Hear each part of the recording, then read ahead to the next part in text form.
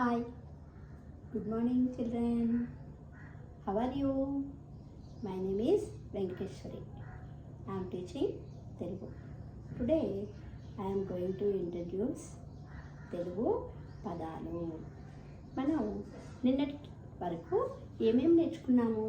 అక్షరమాలను ఉపయోగించుకొని వాటిలో 2 అక్షర పదాలు, 3 అక్షర పదాలు, 4 అక్షర పదాలు నేర్చుకున్నాం. ఇప్పుడు మనం ఆ అక్షరమాలలోనే కొన్ని అక్షరాలు కలిపి పదం ఇస్తాం. ఆ పదంతోనే మనం ఆ పదంలో వచ్చినటువంటి అక్షరాలు ఎన్నైతే ఉన్నాయో అన్ని అక్షరాలను ఉపయోగించి అన్ని పదాలని మనం రాయడాలి. ఓకే, ఎంతవరకు రాయగలమో ఒకసారి చూద్దాం. ఇప్పుడు నేను ఒక పదం ఇస్తాను. ఆ పదంలో ఏ అక్షరాలు ఉన్నాయి అనేది మనం చూద్దాం. ఇప్పుడు ఫర్ ఎగ్జాంపుల్ వనజ ఉంది.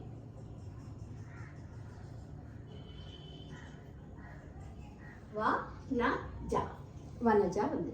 వనజలో ఎన్ని లెటర్స్ ఉన్నాయి? 3 లెటర్స్ ఉన్నాయి. అంటే ఇప్పుడు దీనిలో వా నా జ కదా. ఇప్పుడు ఈ 3 అక్షరాల్లో వాని ఉపయోగించి కొన్ని పదాలు, నాని ఉపయోగించి కొన్ని, జాని ఉపయోగించి కొన్ని పదాలు మనం రాయాలి. ఓకే, ఇప్పుడు వాని ఉపయోగించి పదాలు వా, వల. ఓకే, నెక్స్ట్ వనజ ఇచ్చారు కదా, సేమ్ మనం కూడా రాసేసుకోవచ్చు, నో ప్రాబ్లం. వనజ. ఇంకా వరద అలానే నా ఉపయోగించి నా అంటే ఫస్ట్ లెటర్ నా రావాలి. ఇక్కడ రావచ్చింది కదా, ఇక్కడ నా రావాలి. నగ. గవర్నమెంట్స్. నటన. నా ఉపయోగించేసి నటన. ఇంకేమొస్తాయి నా మీద? ఇంకా ఏమైనా ఉన్నాయా ఒక్కసారి గమనించండి. నా మీద ఇంకా ఏమైనా ఉన్నాయా? మనం అందరం బుక్స్ చదువుతూ ఉంటాము. ఆ బుక్స్ మనం ఇంట్లో కథల పుస్తకాలు అవి చదువుతూ ఉంటాం కదా, నావెల్స్. కాబట్టి నవల. ఓకే, నెక్స్ట్ జా మీద. జా అనేది మొట్టమొదటి రావాలి. జా మీద రావాలని అంటే ఏం చెప్పుకున్నాం మనం? అంతకుముందు వర్డ్ అవి రాసుకున్నాం కూడాను. జడ, జలజ.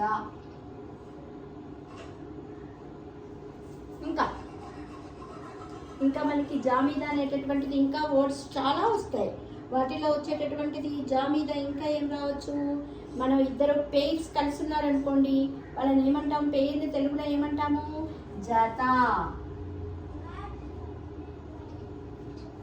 ఓకే, ఇట్లా మనకి ఒక పదముని ఇచ్చినప్పుడు ఆ పదాన్ని ఉపయోగించుకొని మనం ఈ అక్షరాలతో మనం వర్డ్స్ రాయడం అనేటటువంటిది చేయాలి.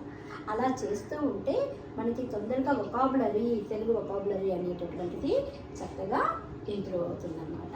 అలానే ఇప్పుడు నేను ఇంకొకటి ఇస్తున్నాను. ఇంకొకటి ఏంటంటే పాలక ఇచ్చాను.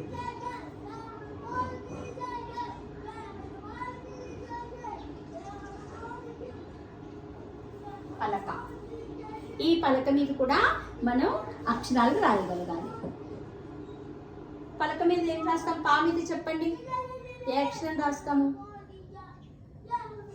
ఇప్పుడు మనం ఇక్కడ ఎలా అయితే రాసామో అలానే పా మీద కూడా మనం రాయగలగాలి.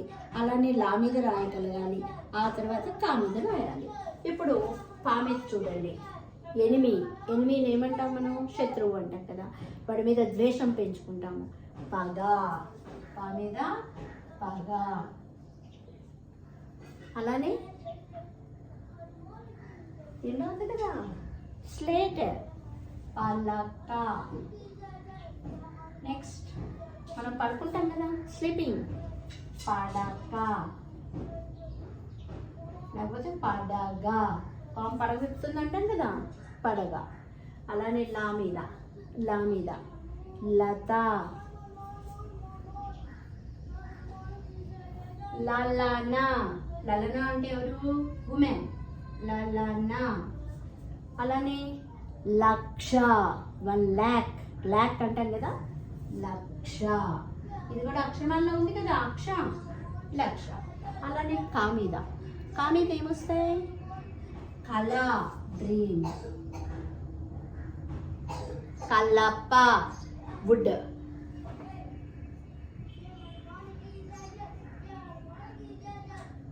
ఇంకా కామిద ఏమొస్తుంది? పాట్, కుండ. కడవ. ఇలా మనం ఇచ్చినటువంటి ఉపయోగించుకొని మనం ఒక్కొక్క దానికి అక్షరమాల్లో నుంచి ఎన్ని అర్థవంతమైనటువంటి పదాలను రాయగలము అనేది మన మైండ్, మన మెమరీ ఎంతవరకు ఉంది అనేది టెస్టింగ్ అన్నమాట. ఓకేనా?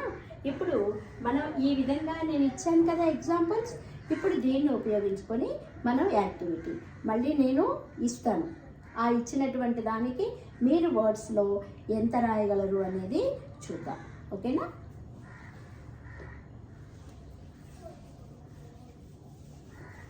సేమ్ ఇలానే 3 లెటర్ వర్డ్సే ఇస్తాను.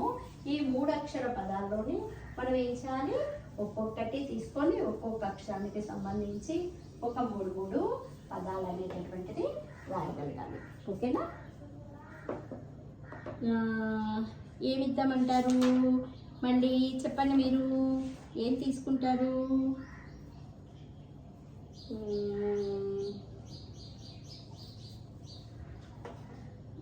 కా,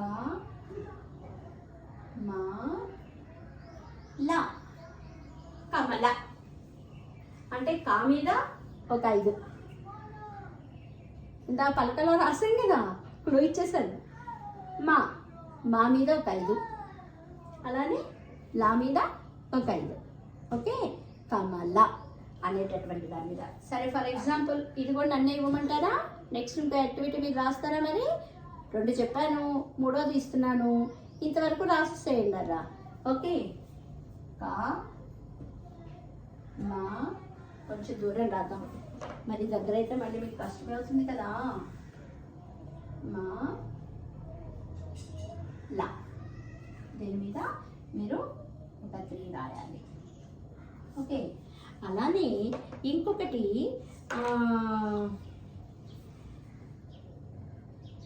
ఫర్ ఎగ్జాంపుల్ కా మీద ఏం రాస్తారు మీరు? కళ, కడవ, కలప ఇవన్నీ రాసేస్తుంటారు. మా మీద మరక, మడత ఇవి రాస్తారు. మళ్ళీ ఇలా రాస్తారు.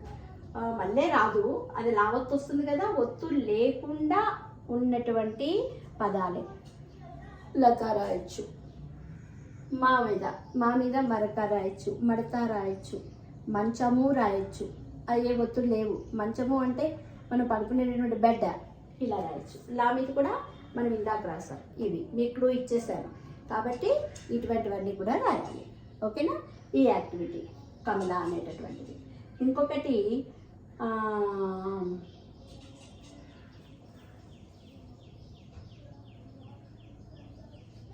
జలజ. ఇవి ఇందాక మనం అంతకుముందు రాసుకున్నాము. ఈ జలజ అనే మీద కూడా జా మీద ఎక్కువ పదాలు అనేటటువంటివి మనకు వస్తూ ఉంటాయి. కాబట్టి ఆ జా మీదే మనం 3 3 3 6 లా మీద ఇక్కడ ఉంది కాబట్టి సేమ్ మీకు ఈజీ అని అంటే ఒక అక్షరం ఎక్స్ట్రా ఇచ్చినట్టు లేక అవుతుంది. కాకపోతే వర్డ్ అనేటటువంటిది ఒకటి వస్తుంది. ఇది ఒకటి. ఓకేనా? ఇంతవరకు చేయాలి. అయితే మనం ఇలా చేసేటప్పుడు కూడా ఏం చేయాలి అంటే ఈజీగా ఉండేటట్లుగా ఉండడానికి కాను మనం అక్షరమాలని మర్చిపోకుండా ఎప్పుడు ఐడెంటిఫై చేస్తూ చదవడము, రాయడము అనేటటువంటిది ఉండాలి. ఓకేనా? మరి నిన్న చెప్పినటువంటిది పద్యం ఉంది కదా, అది ఇంకొకసారి చెప్పుకుందాం. మరి నిన్న చెప్పింది మీకు అర్థమైందా? ఏమని చెప్పాను నేను? చీమలు పెట్టిన పుట్టలు పాములకు 20 ఎట్లు, పామరుడు దగన్ హేమంబు కూడబెట్టిన భూమీసుల పాలచేరు భువిలో సుమతి. సుమతి అంటే సుమతి శతకము. ఈ శతకాన్ని రాసింది బద్దెన. శతకము అంటే ఏంటి? నీతిని తెలియచేసేది, మోరల్ తెలియచేసేది. ఈ శతక పద్యాలని అనేక మంది కవులు మనిషి సమాజంలో ఎలా జీవించాలి అని తెలియడం కోసం పద్యాల ద్వారా తెలియజేశాడు. మనం మాటలతో చెప్తూ ఉంటాం కదా, అందరికి ఉపయోగపడాలిరా, మంచి చేయాలిరా, ఎవరైనా సహాయం అడిగితే సహాయం చేయాలి అని చెప్తాము. కవులు ఏం చేస్తూ ఉంటారు? పద్యాల రూపంలో మనకి చెప్తూ ఉంటారు. అది ఈ పద్యం అన్నమాట. చీమలు పెట్టిన పుట్టలు పాములకిరవైన ఎట్లు, పామరుడు దగన్ హేమంబు కూడబెట్టిన భూమీసుల పాలచేరు భువిలో సుమతి. ఇది ఈ పద్యం. మీకు పద్యం యొక్క భావం అర్థమైంది కదా? ఈ పద్యాన్ని మంచిగా నేర్చుకోవాలి. ఈ పద్యంలో ఉన్నటువంటి నేర్చుకోవాలి ఏంటంటే ఆనిలో ఉన్నటువంటి నీతిని మనం గ్రహించి ఆ విధంగా నడుచుకోవాలి అనేది అర్థం. ఓకేనా చిల్డ్రన్? బాయ్ నాన్న.